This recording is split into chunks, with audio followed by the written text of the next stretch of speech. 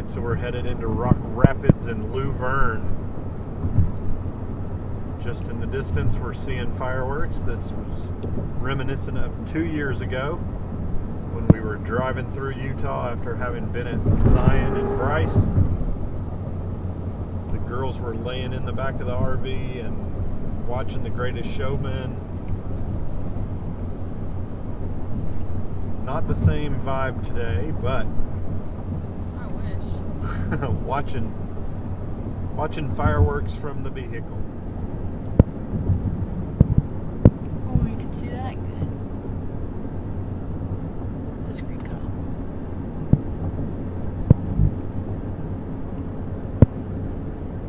What in the world? It's like a sparkler in the air. That is awesome.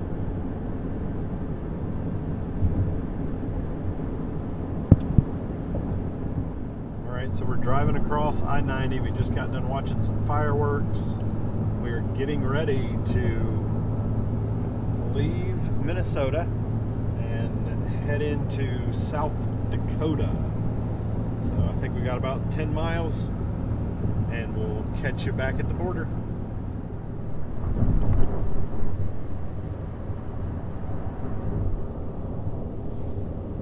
Ooh, South Dakota has nice roads. For real. There's the sign. Oh, yes. Oh, yes.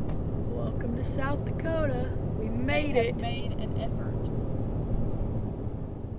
We made a late night stop at one of our Harvest Host locations, the Wild Oak Golf Course in Mitchell, South Dakota. It set us up for a visit to the world's only corn palace. Our girls would tell you it should be the only corn palace. They weren't interested, and so Casey and I investigated a little bit and took some corny pictures. Which way is the wind coming? Oh, you can see on Daddy's window, like the water at the top looks so weird. I think it goes like the left and back. So looking at the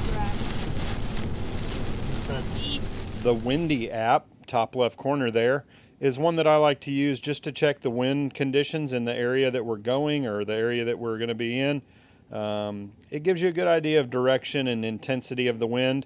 We don't use it solely, but I do like to reference it occasionally. One of those things, if it's going from the west to the east, that's the best case scenario for us. Because we're going into it. We're built to withstand wind coming at us.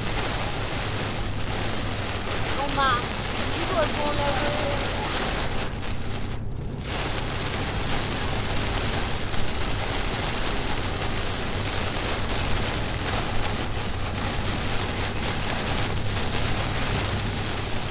What do you think, Nancy? One of those things, I don't think. White Lake is in the red. We're about to come into the yellow red part of it. The hail is the thing that. Yeah, a red. I mean, none of those places are going to do us any good for hail.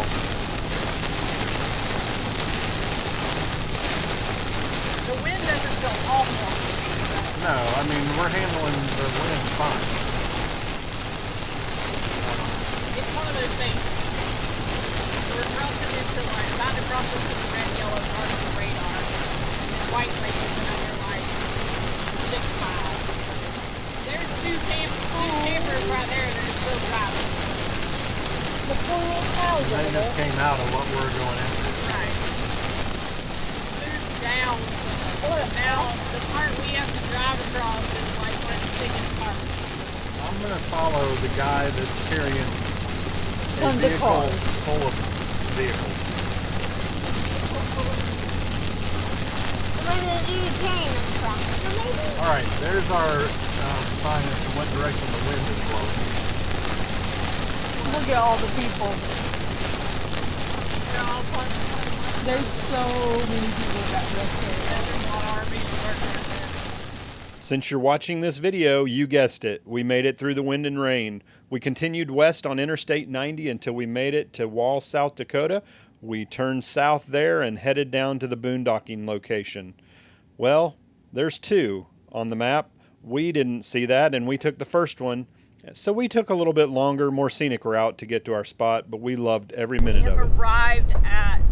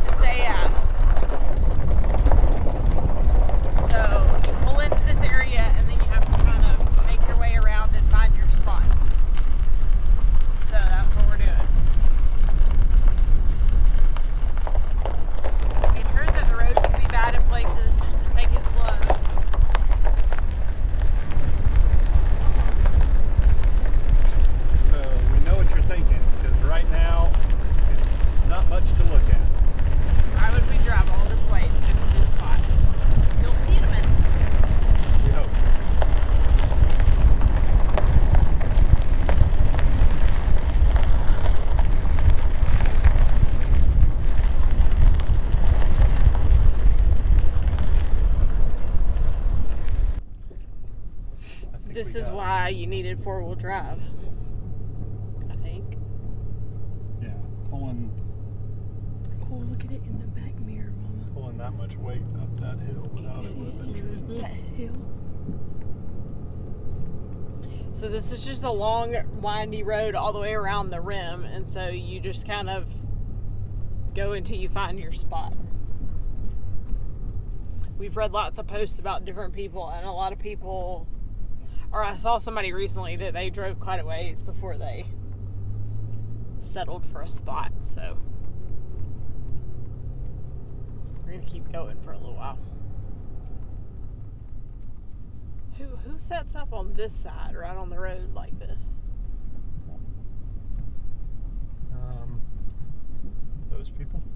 Why would you do that? Well, there may not be great spots available. And setting up on that thing right there, you'd be walking out of your door down the hill.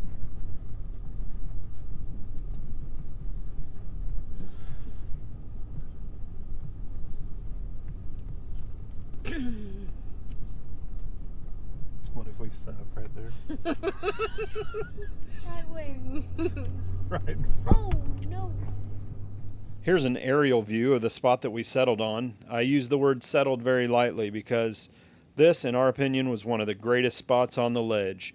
It provided a great spot for us to hang out and enjoy being outdoors. It provided 360 degrees of amazing views. We had sunrise, sunset. We had a great backdrop for getting out and climbing around on the rocks, and we even got to see a little bit of wildlife while we were there.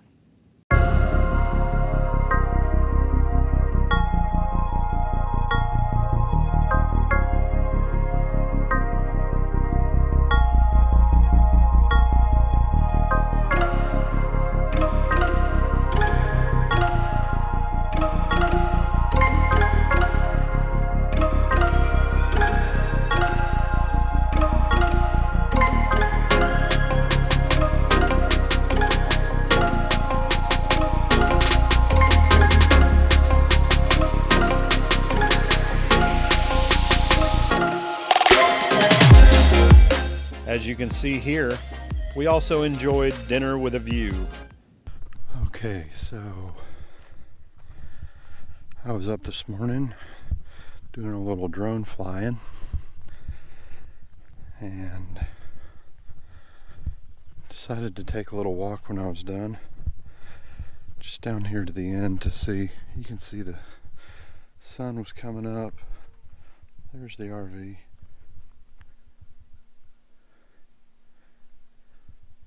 Sun was coming up. Saw a family just sitting kind of all together down here looking. So I went to grab the GoPro to see what I might see.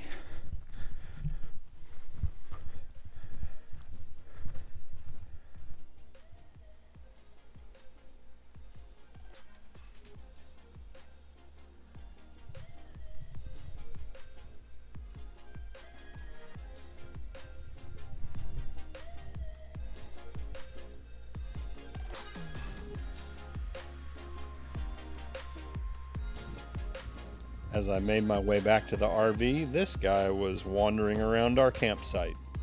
Always cool to have the ram with the ram. Another one of the things that you may see while you're boondocking in the Badlands is these free-range cattle that just roam around wherever they please. You may even see them up near your RV one day.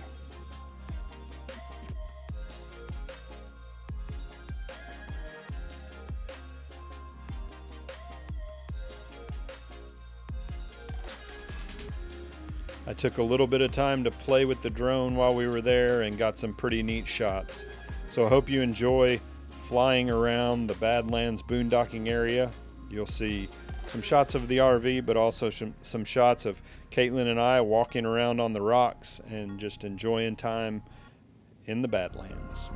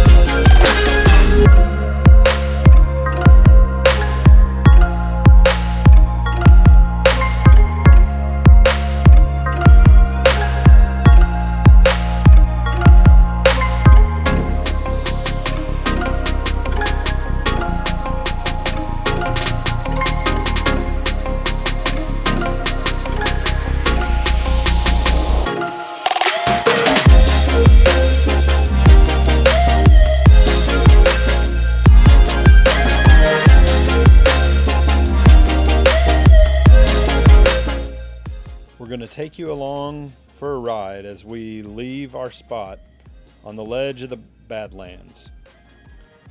I show you this video because it helps you see just how easy it would have been for us to get to the spot where we were.